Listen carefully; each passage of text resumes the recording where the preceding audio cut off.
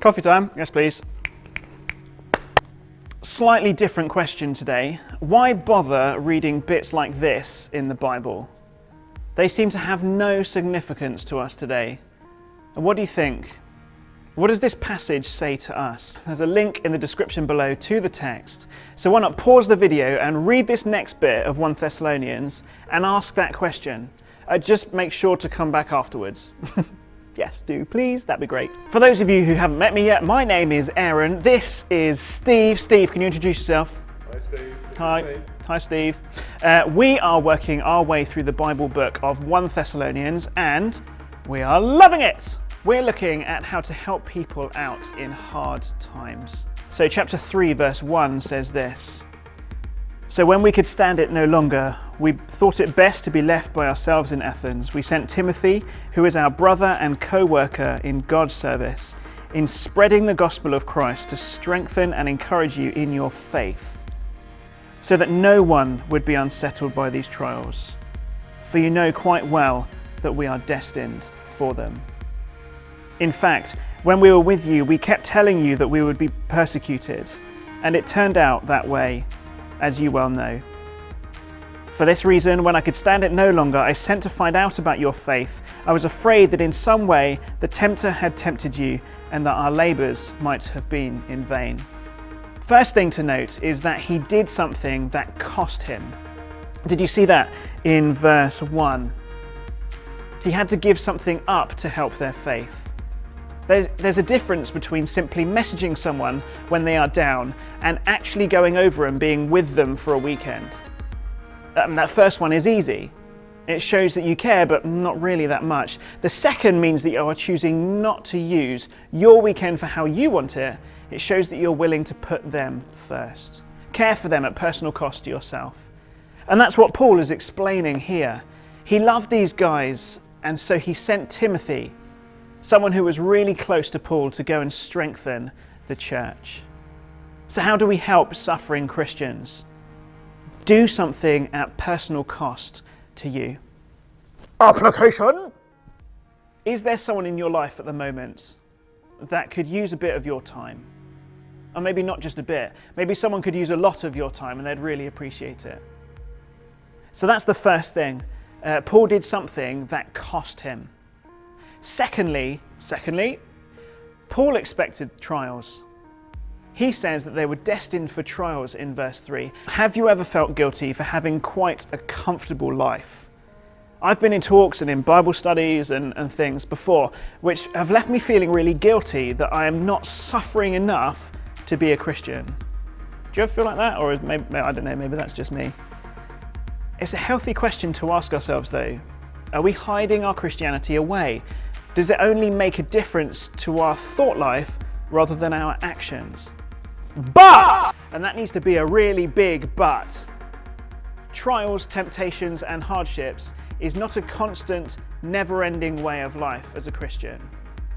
Jesus himself only is recorded as having faced physical beatings and trials once in his life, and that was right before it ended. Paul was expecting trials, and we should too. A quick warning, by the way, the more you go through the Bible applied, the more of a difference you're going to make to yourself and others, and some may not like it. Expect trials, but know that God is still in control and that he's not surprised. So that's the second thing. Paul expected trials. Thirdly, Paul's focus was faith. Verse 5 says, for this reason, when I could stand it no longer, I sent to find out about your what? Replace the next word with something your society focuses on. Your church attendance, your church finances, the state of your building. He doesn't say that, does he? His first concern was the Thessalonian faith.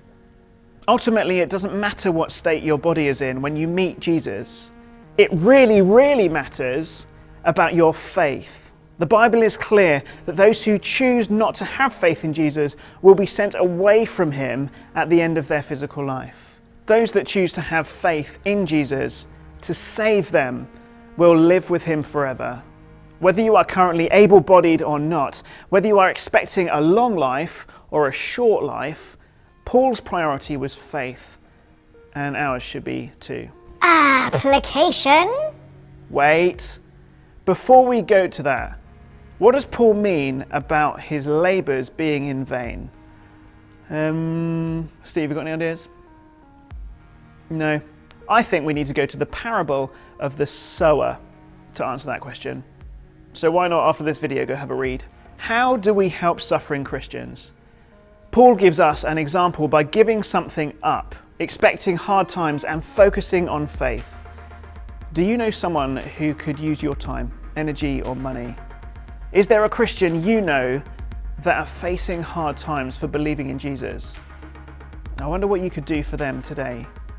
Maybe book a weekend with them. Get involved, but don't be surprised about the fact that people go through hard times.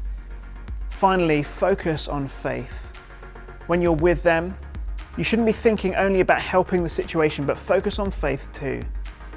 A massive application for us as parents too. Giving your time to someone is a really hard application, and sometimes that could be quite a difficult thing to do. So what I'm going to do now is I'm going to pray for all of us, for all of you who are watching the video, that we'd be able to do that. Father God, I pray that you would help us to spend time with those who need time. Help us to love those who need love. Help us to be part of a church family which is reaching out to people who have need. But help us to focus on faith. Help us to focus on showing practical Christian love that points towards Jesus Christ, and to be able to explain that to. In Jesus' name, amen. Amen! Yes, it's bad that I really need a wee. Ooh. No, that's huge! Another Steve's challenge. Okay, here we go. Right, Steve challenge. Let's see what we've got today. Here we go. Do your best digital makeover. Ooh, that's a good one, Steve. I like that. So digital makeover, what's the rules going to be? The rules for this one are going to be that it's got to be a self-portrait, okay? So it's got to be you, it's a head and shoulders shot that you then edit somehow. So it could be filters on Instagram, it could be a Snapchat thing. See if you could get something on there, but do your best digital makeover. Take a screenshot, take a picture of that, and then see if you can upload it to the Facebook group for the Bible Applied. That'd be an amazing thing.